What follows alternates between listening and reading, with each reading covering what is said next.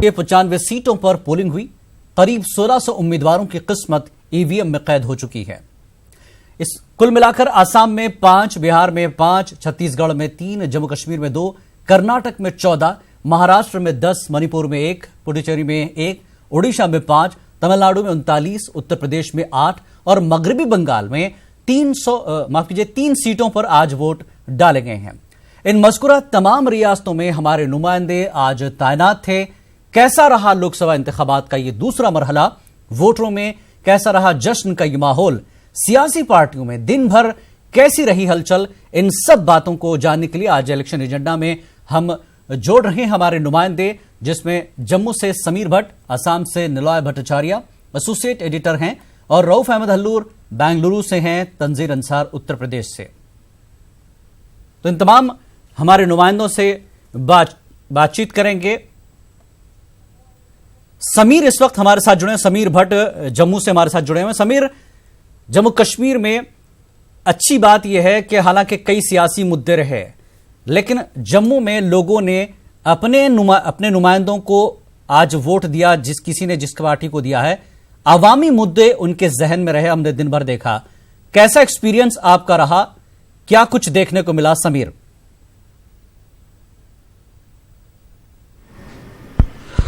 देखिए जिलानी, आपने सही कहा, बहुत ही ज़बरदस्त एक्सपीरियंस रहा, बहुत अच्छा एक्सपीरियंस रहा। आज भी पहले फेज़ में आपको पता है, याद ही है, जम्मू पुंछ कॉन्स्टिट्यूंसी में वोट पड़े थे और ज़बरदस्त वोटिंग उसमें भी देखने को मिली थी, और आज भी यही दस्तूर रहा। हालांकि सुबह सवेरे जो पहले 2 घंटों में खासकर जो पहाड़ी इलाके हैं, कोल्ड जहां पे सर्द थी क्योंकि कल बारिश भी हुई थी और सर्दी भी थी, जिसमें रामबन बानिहाल के इलाके हैं और डोडा किश्तवाड़ के कुछ बालाई इलाके हैं, वहां कम वोटिंग हुई सुबह 2 घंटे, पहले 2 घंटे। लेकिन जब दिन ढलता रहा और फिर जो दिन बढ़ता रहा और फिर सूरज की किरणें आई और उसके बाद जो है ज़बरदस्त वोटिंग देखने को मिली, और हर जगह से जो लेटेस्ट रिकॉर्ड आया है, जो लेटेस्ट आंकड़े आए हैं वोटिंग परसेंटेज के, जम्मू में कहीं 73% है, जैसे उधमपुर में कहीं 59% है, कहीं 70% है। तो कुल मिला के जो ट्रेंड रहा है जम्मू में, जम्मू डिवीजन की अगर हम बात करें, वो आज फिर देखने को मिला उधमपुर में, उधमपुर पार्लियामेंट्री कॉन्स्टिट्यूंसी में। और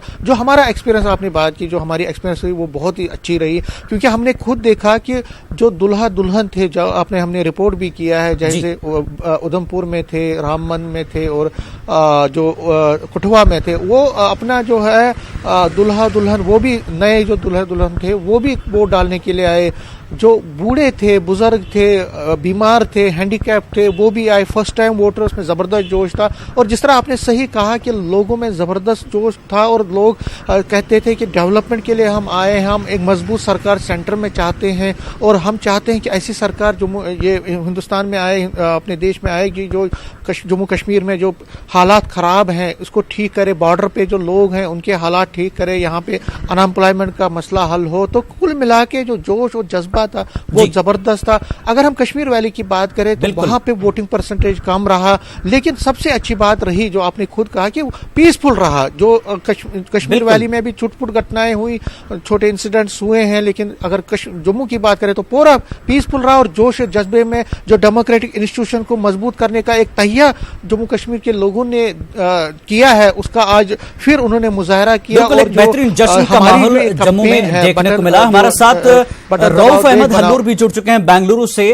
काफी सुर्खियों में रहा बेंगलुरु सेंट्रल। रऊफ, आपका एक्सपीरियंस कैसा रहा बेंगलुरु में, जहां पर अजीबोगरीब सूरत हाल भी है, कहीं कांग्रेस बीजेपी का मुकाबला था तो बीच में आजाद उम्मीदवार भी दिखाई दिए, वो भी कहीं ना कहीं असर रखते हैं।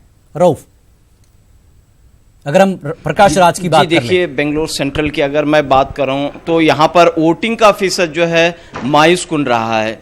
रियासत कर्नाटक में सबसे कम वोटिंग अगर कहीं हुई है तो वो बेंगलोर सेंट्रल पार्लिमानी हलके में हुई है। जैसा कि जो 7 बजे के जो आंकड़े इलेक्शन कमीशन से जारी हुए हैं वो ये कह रहे हैं कि बेंगलोर सेंट्रल में जो वोटिंग का फीसद है वो 45.95% है जी। तो इस बात से आप अंदाजा लगा सकते हैं कि बेंगलोर के 4 पार्लिमानी हलकों में, बेंगलोर सेंट्रल, बेंगलोर रूरल, बेंगलोर दीही और बेंगलोर नॉर्थ, इन तमाम पार्लिमानी हलकों में बेंगलोर सेंट्रल का वोटिंग फीसद काफी कम रहा है। वजह क्या लगती है आपको? आपने काफी कवर किया है इलेक्शन के दौरान, वजह क्या लगती है पोलिंग परसेंटेज सेंट्रल बेंगलुरु में जो आप 4 हलकों की बात कर रहे हैं, वजह क्या है? जी देखिए, कुल मिलाकर वजह ये है कि बेंगलुरु का जो वोटिंग फीसद है वो हमेशा कम रहा है। पिछले इलेक्शन में जो है 50-55 इसी तरह पोलिंग फीसद जो है यहाँ पर रहा है। इस मर्तबा जो है हालांकि कोशिशें काफ़ी हुई थी, उसके बावजूद भी जो है शहरी इलाका है और यहाँ पर ज़्यादातर जो बसने वाले हैं वो बाहर के हैं, भले ही वो वोटर हैं लेकिन और छुट्टियाँ भी हैं। ये मसलसल छुट्टियों की वजह से जो है लोग पिकनिक के लिए चले गए, इस तरह जो है हो सकता है कि ये एक वजह हो सकती है। लेकिन कुल मिलाकर हम कह सकते हैं कि रियासत कर्नाटक का वोटिंग फीसद जो 14 पार्लिमानी हलकों में इलेक्शन हुए हैं वहाँ का वोटिंग फीसद काफ़ी अच्छा रहा है। जो आंकड़े मिले हैं तकरीबन जो है 66% यानी कि तकरीबन 66% से ज्यादा वोटिंग हुई है। 66.50% पोलिंग हुई है ओवरऑल कर्नाटक की अगर हम बात करें तो इसमें जो है सबसे ज्यादा पोलिंग जो है मंडिया में हुई है, जहां पर तकरीबन 80% पोलिंग दर्ज की गई है। मंडिया जो पार्लिमानी हलका है वो रियासत कर्नाटक में बिल्कुल भी यानी सबसे ज्यादा तवज्जो का मरकज रहा है। यहाँ पर मंडिया में वजीर आला HD कुमार स्वामी के फर्जंद निखिल कुमार स्वामी का मुकाबला जो है आजाद उम्मीदवार सुमलता से हुआ है। तो यहाँ पर जो है कांटे की टक्कर रही है और इस पार्लिमानी हलके को जितनी तशहीर मिली, जितनी पब्लिसिटी मिली, शायद ही रियासत कर्नाटक के दूसरे पार्लिमानी हलके को मिली हो। इस यही नतीजा है कि कर्नाटक का मंडिया पार्लिमानी हलका सबसे ज्यादा पोलिंग यहाँ पर दर्ज हुई है। बिल्कुल, हमारे साथ निलय भट्टाचार्य भी है। रऊफ, मैं आऊंगा आपके पास। निलय भट्टाचार्य हैं आसाम से। आसाम में आज 5 सीटों पर पोलिंग हुई है। निलय जी, आज के इस इलेक्शन में, आज के इस फेस में अद्भुत अलग क्या नजर आया? अगर हम बात करें करीमगंज की, करीमगंज काफी सुर्खियों में रहा है, क्या कहेंगे पोलिंग परसेंटेज और फिर कोई नई चीज जो नया एक्सपीरियंस आपको इस बार दूसरे मरहले में सेकंड फेज में देखने को मिला? निलय जी। जिलानी, सबसे पहली बात तो करीमगंज की बात है। करीमगंज में ईवीएम की जो तकनीकी खराबी की वजह से काफी सारे पोलिंग स्टेशंस में मतदान काफी देर से शुरू हुई, जिसके चलते लोग वहां पे मतलब उत्तेजित हो गए और काफी सारे एक पोलिंग स्टेशन के वो अंदर घुस आए, जिसके चलते पुलिस को लाठीचार्ज करना पड़ा और जिसके चलते 2 महिलाएं वहां पे जख्मी हो गई और उनको हॉस्पिटल ले जाया गया। दूसरे एक पोलिंग स्टेशन पर वहां पर रिगिंग का वारदात हुआ है कि एक वोटर का करीबन 8 वोट वो डाल रहे थे तो उसको पकड़ा गया, तो वहां पे वोटिंग रोक दिया गया है। तो ये काफी सारे मसले करीमगंज में नजर आया है। और उसके अलावा अगर बात करें तो एक ऑटोनोमस डिस्ट्रिक्ट है, ऑटोनोमस डिस्ट्रिक्ट के जो वोटिंग है उसका परसेंटेज बाकी सारे जो 4 कॉन्स्टिट्यूएंसीज है उसके चलते ऑटोनोमस हिल में मतदान काफी कम हुआ है। कम इस वजह से हुआ है क्योंकि वहां पे 36 घंटे का बंद बुलाया गया था। एक DNLA नामक उग्रवादी संगठन ने बंद बुलाया था वहां पर। और दूसरी बात है कि जो वहां की वोटिंग कम हुआ है, जिसके चलते अगर असम की जो कैंडिडेट्स की बात करें तो सारे कैंडिडेट्स में सबसे अगर बुजुर्ग उम्मीदवार है तो वहां डिफू या ऑटोनोमस हिल में ही है, 91 वर्ष के बीरेन सिंह इंगटी है। तो कांग्रेस का जो एक है वहां पे दबदबा रहा है। पिछले 4 इलेक्शनों में कांग्रेस का ही उम्मीदवार वहां से जीत के आया था, इस बार लेकिन वो नजर नहीं आ रहा है। वोटिंग कम होने का वहां पे ये मसला होगा, कांग्रेस को वहां पे बैकफुट सीट पे आना पड़ेगा। दूसरी बात क्या है कि आज जितने भी हलकों में जो चुनाव हुआ है वहां पर काफी सारे माइनॉरिटीज एरिया है। आप सिलचर की बात करें, करीमगंज की बात करें, मंगलदोई की बात करें, नौगांव की बात करें, सारे इलाकों में करीबन 3 से 4 लाख के अंदर वोटर जो है वो माइनॉरिटी से है। अब माइनॉरिटी वोटर किसको वोट करता है वो बहुत इंपॉर्टेंट है, क्योंकि बीजेपी को जीत के अगर आना है तो ये माइनॉरिटी वोट जो है इसको डिवाइड होना होगा, इसको कांग्रेस के पास नहीं जाना होगा। और तीसरी बात है कि ये 4 जो इलाकों में आज कॉन्स्टिट्यूएंसीज में आज वोटिंग हुआ है वहां पर कांग्रेस और AIUDF AIUDF जो माइनॉरिटी बेस्ड एक पार्टी है बिल्कुल। बदरुद्दीन आजमल का, हालांकि वो औपचारिक रूप से उनका कोई गठबंधन नहीं हुआ है, लेकिन एक अंदरूनी समझौता कहीं ना कहीं नजर आता है, जिसके चलते जो इन लोगों ने, जहां पे कांग्रेस का स्ट्रांग कैंडिडेट है वहां AIUDF ने बहुत ही वीक कैंडिडेट दिया है या तो नहीं दिया है। अब बात है कि बीजेपी का जो मनसा है कि इस इलेक्शन में 14 में से करीबन 10 सीट को बीजेपी को जीतने का जो एक उम्मीद है उसका दारोमदार, लेकिन ये सेकंड फेज इलेक्शन में बहुत डिपेंड करता है। अगर सेकंड फेज में बीजेपी कामयाब हो जाता है इस minority vote, linguistic minority vote अपने पक्ष में लाने का, जो वहां पे भाषिक जो है, जो माइनॉरिटी है, जो बंगाली स्पीकिंग माइनॉरिटी है, वो अपना साथ में रहना बहुत जरूरी है। कैब का जो असर है, जो कैब का असर है, वो कैब का असर इस बार वो जाहिर हो जाएगा। एक तरह से मुकाबला कड़ा रहा आज इन 5 सीटों की हम बात करें। हमारे साथ तंजीर अंसार भी जुड़े हुए हैं। तंजीर, आपका भी खैर मकदम है। आज किन किन जगहों पर आपने दौरा किया, किन किन इलेक्शन पोलिंग बूथों पर आपका दौरा रहा, क्या कुछ देखने को मिला, क्या एक्सपीरियंस रहा तंजीर आपका? जी देखिए जिलानी, जिस तरह से दूसरे मरहले में 8 सीटों पे वेस्ट यूपी के पोलिंग आज हुई है, जी टर्नआउट अगर देखा जाए तो बहुत ज़्यादा नहीं है पिछली बार से, और 62.8% तकरीबन अलीगढ़ में और 62.1% जो है वो बुलंदशहर में रही है। और हमने इन वेस्ट यूपी की 3 सीटों का जिनका भी जायज़ा लिया है, उसमें अलीगढ़, हाथरस और बुलंदशहर हैं। तो जिस तरह से 58% पिछली बार था उससे कुछ बढ़ा है बुलंदशहर में और इसी तरह से अलीगढ़ में, लेकिन बहुत ज़्यादा जैसे हम उम्मीद कर रहे थे कि शायद 70% चला जाए, वो पोलिंग उतनी नहीं हो पाई है। लेकिन फिर भी लोग आज सुबह से 7 बजे से पोलिंग सेंटर्स पे पहुंचे हैं और उन्होंने जो है वो वोटिंग की है, अपना वोट कास्ट किया है। 2 बजे के बाद से जो सिलसिला था वो धीमा हो गया है पोलिंग सेंटर्स पे, और उसके बाद कम लोग पहुंचे। जिस तरह से जब हम बुलंदशहर में मौजूद थे, हमने देखा कि जिस सेंटर पे सुबह भीड़ लगी हुई थी और लोगों का नंबर वहां पे जो वोटर्स थे उनका नंबर 1-1, 2-2 घंटे बाद आ रहा था और एक लंबी कतार थी वोटर्स की पोलिंग स्टेशंस पे। लेकिन वही जो है वहीं पे दूसरा नज़ारा ये था कि 2 बजे के बाद वहां पे धीरे धीरे तादाद कम होती चली गई और उसके बाद 5 बजे, 5 से 6 बजे के बाद इक्का और दुक्का लोग जो आ रहे थे और वो वोट कर रहे थे। तो इसकी वजह से बहुत ज़्यादा टर्नआउट नहीं रहा है वोटिंग का। लेकिन कुल मिला के देखा जाए कि जो जातिगत समीकरण, जिस तरह से इक्वेशन बनते हैं यहाँ पे जात बिरादरी और मजहब का, उसी तरह से वोटिंग इन सीटों पर हुई है। 8 सीटों में 4 सीटें ऐसी थी जो रिजर्व थी, वहाँ पे दलित ज़्यादा थे, उन पे उसी तरह से इक्वेशन बैठाया गया। जो पॉलिटिकल पार्टीज थी उन्होंने जो कैंडिडेट्स वहाँ पे उतारे थे वो उसी हिसाब से उन्होंने तय किया था कि यहाँ पर किस बिरादरी का कितना वोट है। समीर, अगर बात करें श्रीनगर और उधमपुर की, बड़े नामों में आप देख लें फारूक अब्दुल्ला या फिर जितेंद्र सिंह, चौधरी लाल सिंह, इसके अलावा लगता क्या है इन 2 सीटों पर कड़ा मुकाबला किसके बीच होगा? क्योंकि काफी सियासत हुई और इल्जाम जवाबी इल्जाम देखने को मिले हैं इस इलेक्शन में। समीर, देखिए जिलानी, अगर मैं श्रीनगर की पहले बात करूं तो डॉक्टर फारूक अब्दुल्ला एक बहुत बड़ा चेहरा है, बहुत बड़ा नाम है और यहाँ जो चीफ मिनिस्टर रहे हैं और यूनियन मिनिस्टर भी रहे हैं। फारूक अब्दुल्ला के मुकाबले में जो पीडीपी का कैंडिडेट वहाँ पे है वो बहुत कमज़ोर है और जाहिर तौर पर कांग्रेस ने फारूक अब्दुल्ला की हिमायत की है, उनको सपोर्ट किया है, तो लगता तो यही है। और जो सियासी जो यहाँ पे जानकार भी हैं वो कहते हैं कि फारूक अब्दुल्ला की सीट पक्की है, फारूक अब्दुल्ला वहाँ से जीत सकते हैं।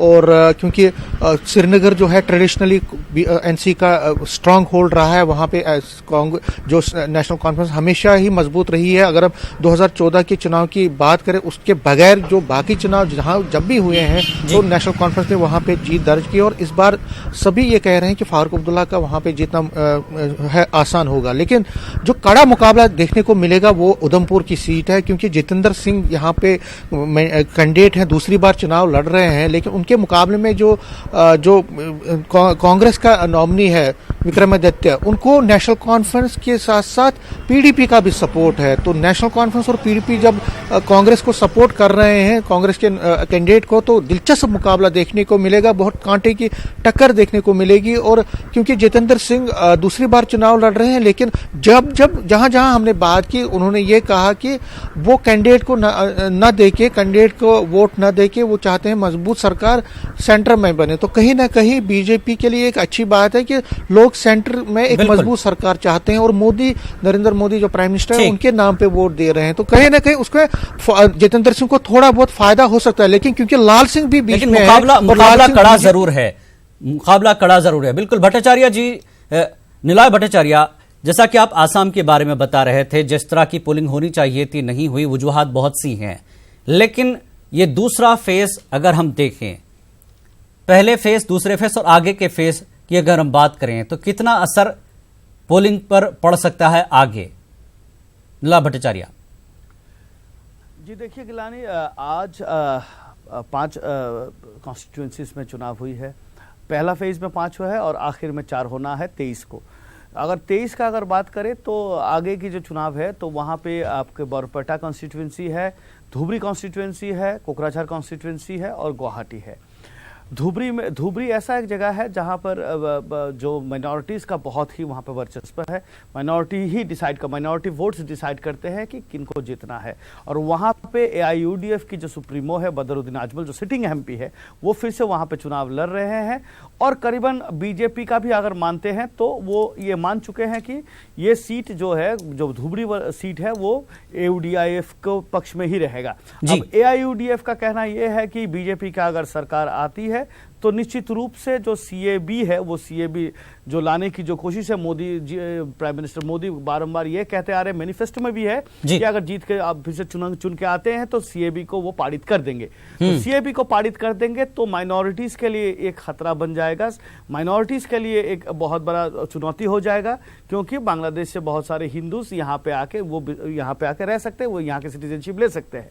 इस तरीके से प्रचार चलाया गया है। और ये एक पोलराइजेशन की जो बात होती है चुनाव में, ये पोलराइजेशन बहुत खुली तरीके से हमको धुबरी में देखने को मिला है। कोकराझार की बात करें तो कोकराझार एलआई, बीजेपी के एलआई सरकार, यहाँ असम गवर्नमेंट के जो बीजेपी के एलआई है, उनका वहाँ पे एक सरकार है उनका। लेकिन वहाँ पे, क्योंकि वहाँ पे कोकराझार में बहुत सारे बोरो कैंडिडेट्स को खड़ा कर दिया गया है, कांग्रेस से सफदर रभा को खड़ा कर दिया गया है, BPF से जो कॉन्स्टिट्यूएंट है सरकार में, उनके तरफ से उनकी जो मंत्री है प्रमिला रानी ब्रह्म, उनको वहाँ पे खड़ा कर दिया गया है। और वहाँ पे UPPL बोल के एक पार्टी है। तो 3 बोरो कैंडिडेट के बीच में एक निर्दलीय है, जो निर्दलीय कैंडिडेट है वो सिटिंग MP है। इस सारे मतलब डिवीजन में निर्दलीय MP फिर से चुन के, हीरा सरनिया फिर से चुन के आने की जो संभावना है वो प्रबल है। बोरपेटा एक कॉन्स्टिट्यूएंसी है, वहां पे बहुत माइनॉरिटी है, और गुवाहाटी कॉन्स्टिट्यूएंसीज है। अब जिस तरीके से अगर पोलिंग परसेंटेज का हम अगर आकलन लगाए तो पहले फेज में करीबन 78.23% जो है पोलिंग हुआ था। दूसरी फेज में अब तक जो है 75-76 के बीच में है। अब तक जो फाइनल फिगर है वो नहीं आया, क्योंकि बहुत देर तक पोलिंग जारी रहा। ठीक है, यानी दिलचस्प चुनाव होगा आसाम में अगले मरहले के लिए, और एक तरह से माइनॉरिटीज पर दबाव भी है। ठीक है रऊफ अहमद, अगर हम अगले पड़ाव की बात करें, कर्नाटक में अब तक के जो 2 मरहले रहे हैं, किस तरह के असरात आगे देखने को मिलेंगे? कर्नाटक में किस तरह की सियासत करवट लेगी और किस तरह के मौजूदा हालात हैं? बहुत इख्तिसार से रऊफ अहमद हल्लूर। देखिए, रियासत कर्नाटक में कुल पार्लिमानी हलकों की तादाद 28 है। इनमें जो है आज जो है 14 पार्लिमानी हलकों में वोट डाले गए हैं। 23 तारीख को मजीद 14 पार्लिमानी हलकों में वोटिंग होगी। आज का जो मरहला था वो रियासत की कांग्रेस और JDS इत्तेहाद के लिए काफ़ी अहम था, क्योंकि ये ऐसी सीटें हैं जो जहां पर ये कई पार्लिमानी हलके हैं जो कांग्रेस और JDS के किले हैं। ख़ास तौर पर साबिक वज़ीर आज़म देवेगौड़ा आज जो है, आज उनकी किस्मत का फैसला जो है UEM में बंद हो चुका है। इसके अलावा देवेगौड़ा के 2 पोते निखिल कुमार स्वामी और प्रज्वल रेवन्ना आज जो है अपने, यानी कि आज उनके हलकों में भी वोटिंग हुई है। तो इस लिहाज से JDS के लिए काफ़ी अहम है, तो दूसरी जानिब कांग्रेस के लिए वीरप्पा मोइली हैं, कांग्रेस के मजबूत उम्मीदवार मुनियप्पा हैं जो साबिक में मरकजी वजीर रहे हैं। ये तमाम जो है अहम चेहरे जो है आज के मरहले में आज इनकी तकदीर का फैसला जो है ईवीएम में कैद हो चुका है। तो दूसरी जानिब जो आने वाला जो मरहला है वो बीजेपी के लिए अहम है, क्योंकि जो 23 अप्रैल को जो इलेक्शन हो रहा है वहां पर बीजेपी के मजबूत पार्लिमानी हल्के हैं। लेकिन यहाँ पर हम ये देख रहे हैं कि खासतौर पर अगर मैं बेंगलुरु सेंट्रल की बात करूँ, बेंगलुरु सेंट्रल में आज जिस तरह से पोलिंग हुई है वो पोलिंग जो है अकलियती और दलित इलाकों में ज़्यादा पोलिंग नज़र आई है, ज़्यादा भीड़ नज़र आई है। जबकि जो पॉश इलाके समझे जाते हैं तो वहाँ पर जो है पोलिंग का फीसद कुछ कम रहा है, लोगों की तादाद कम रही है। तो इस लिहाज से अंदाज़ा लगा सकते हैं कि बेंगलुरु सेंट्रल में जो है इस मरतबा क्या कांग्रेस और जेडीएस इत्तेहाद को कामयाबी मिल सकती है, क्योंकि यहाँ के मौजूदा जो सिटिंग एमपी हैं पीसी मोहन हैं, उनके तय जो है वो पिछले 10 साल से मुंतखब होते हुए आ रहे हैं और उन्हें एंटी इनकम्बेंसी का सामना है। जबकि कांग्रेस ने यहाँ पर रिजवान अरशद को टिकट दिया है बेंगलुरु सेंट्रल में। तो इस लिहाज से बेंगलुरु में जो है कांग्रेस और जेडीएस इत्तेहाद मिलकर जो इलेक्शन लड़ रहे हैं, क्या ये इस इत्तेहाद को फायदा पहुंच सकता है, ये एक देखने की बात होगी। पहली मरतबा ऐसा हो रहा है कि कांग्रेस और जेडीएस ने इत्तेहाद किया है। बिल्कुल बिल्कुल। तंजीर अंसार, उत्तर प्रदेश बड़ी रियासत, बड़ा जो है चुनाव यहां पर होता है, इसका रास्ता दिल्ली तक जाता है। इख्तिसार से बताएं कि अगले पड़ाव में किस तरह के असरात होंगे दो मरहलों में जिस तरह की सियासत उत्तर प्रदेश में हुई है। तंजीर।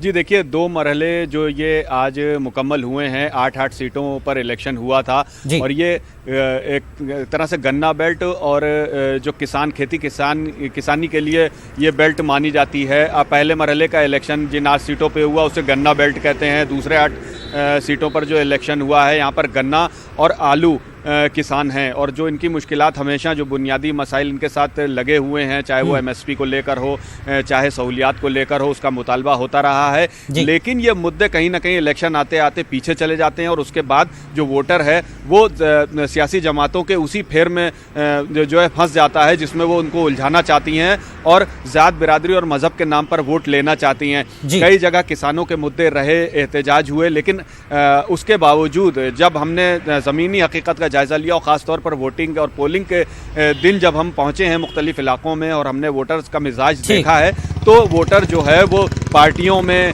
आइडियोलॉजी में और ज़ात बिरादरी और मज़हब की सियासत में बटा हुआ ही नज़र आया और उसी बुनियाद पर वोटिंग हुई है। अब देखना यह है कि जिस तरह से गठबंधन ने बीजेपी के सामने एक चैलेंज पेश किया है, इन 2 मरहलों में इसी बुनियाद पर इलेक्शन लड़ा गया है। गठबंधन क्योंकि आरएलडी, सपा और बिल्कुल अभी और भी मरहले बाकी उत्तर प्रदेश से बहुत कुछ सीटें भी आनी हैं, होने वाली नहीं है। बहुत बहुत शुक्रिया आप तमाम का, समीर भट्ट, निलॉय भट्टाचार्य जी, रऊफ अहमद हल्लूर और तंजीर अंसार, आप तमाम का बेहद शुक्रिया इस पूरे मुद्दे पर बात करने के लिए। 2 मरहले हो चुके हैं, किस तरह के चुनाव आगे देखने को मिलेंगे और भी मरहले बाकी है। 23 को पूरी तस्वीर साफ हो जाएगी। इलेक्शन एजेंडा में फिलहाल इतना ही। आदाब।